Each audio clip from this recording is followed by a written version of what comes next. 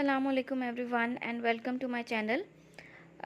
آج ہم جس موضوع پہ بات کریں گے وہ بہت ہی اہم ٹاپک ہے، کیونکہ اس مرض کا سامنا بہت لوگوں کو کرنا پڑتا ہے اور بہت سے لوگ اس مرض کا شکار ہو جاتے ہیں، خاص طور پہ خواتین۔ مگر لوگ اس بات سے ڈرتے ہیں کہ ہم اس کے بارے میں کسی کو کیسے بتائیں، کسی سے کیسے پوچھیں یا کیسے ڈسکس کریں۔ تو جو ٹاپک ہے وہ ہے پخانے کے راستے خون آنا۔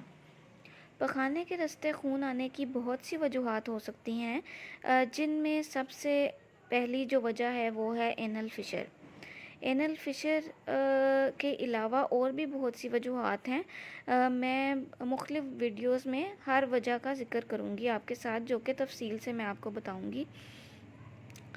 یہ سلسلہ ہم جاری رکھیں گے اور ہر وجہ کے اوپر میں تفصیل سے گفتگو کروں گی۔ تو آج کا جو ٹاپک ہے وہ ہے ہمارا پخانے کے راستے خون آنا۔ اس کو اردو میں مقد درار بھی کہتے ہیں، اور اینل فشر جو ہے وہ ہے آج کا مین ٹاپک۔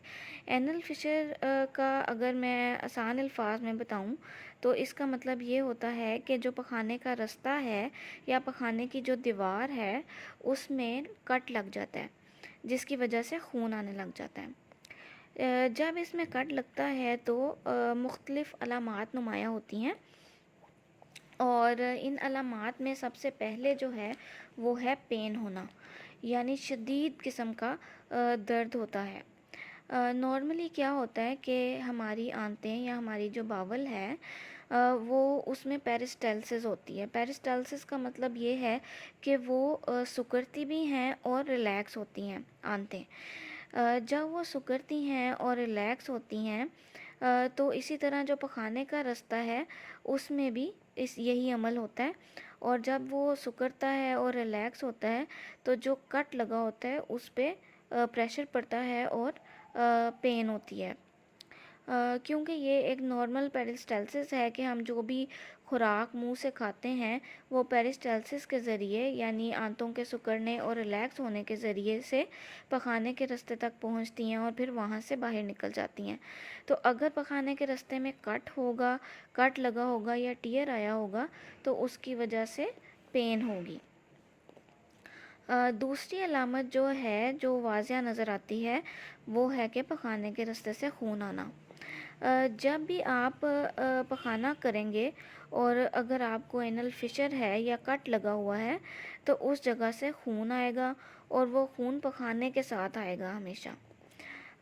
اب ہم جانتے ہیں کہ یہ مسئلے کن لوگوں کو درپیش ہوتے ہیں اور یہ کیوں ہوتا ہے، اینل فشر کیوں ہوتا ہے۔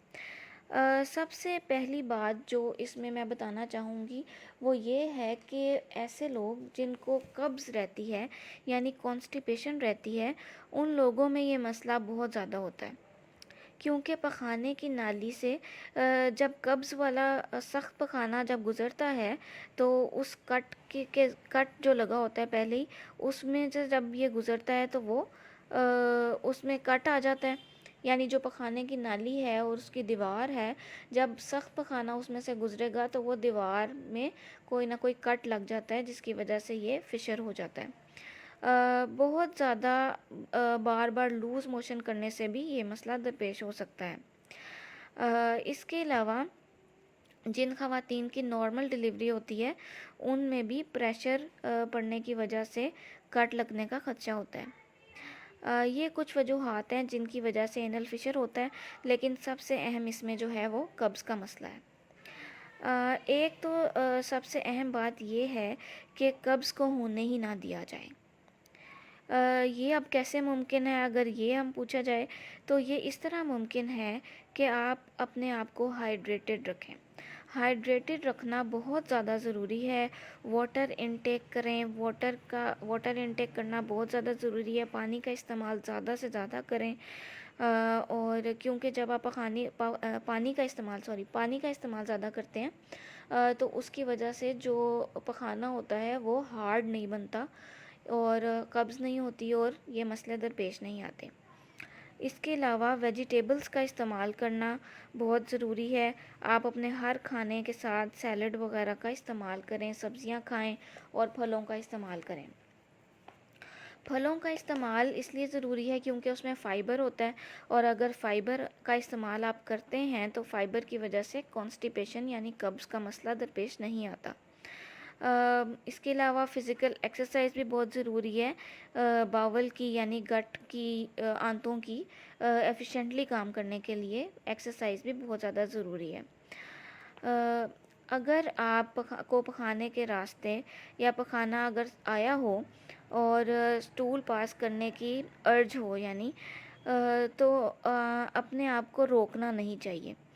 اگر آپ کو پخانہ آیا ہوا ہے تو آپ فوراً پخانہ کریں، کیونکہ جب آپ پخانہ روکتے ہیں تو جو سٹول ہوتا ہے یا پخانہ ہوتا ہے وہ ہارڈ ہو جاتا ہے، اور جب وہ ہارڈ ہوتا ہے تو کانسٹیپیشن ہوتی ہے، اور کانسٹیپیشن کی وجہ سے پھر یہ مسئلے ہوتے ہیں۔ تو کبھی بھی پخانے کو، اگر پخانے کی ارج ہے، حاجت ہو رہی ہے، تو آپ فوراً سے پخانہ کریں۔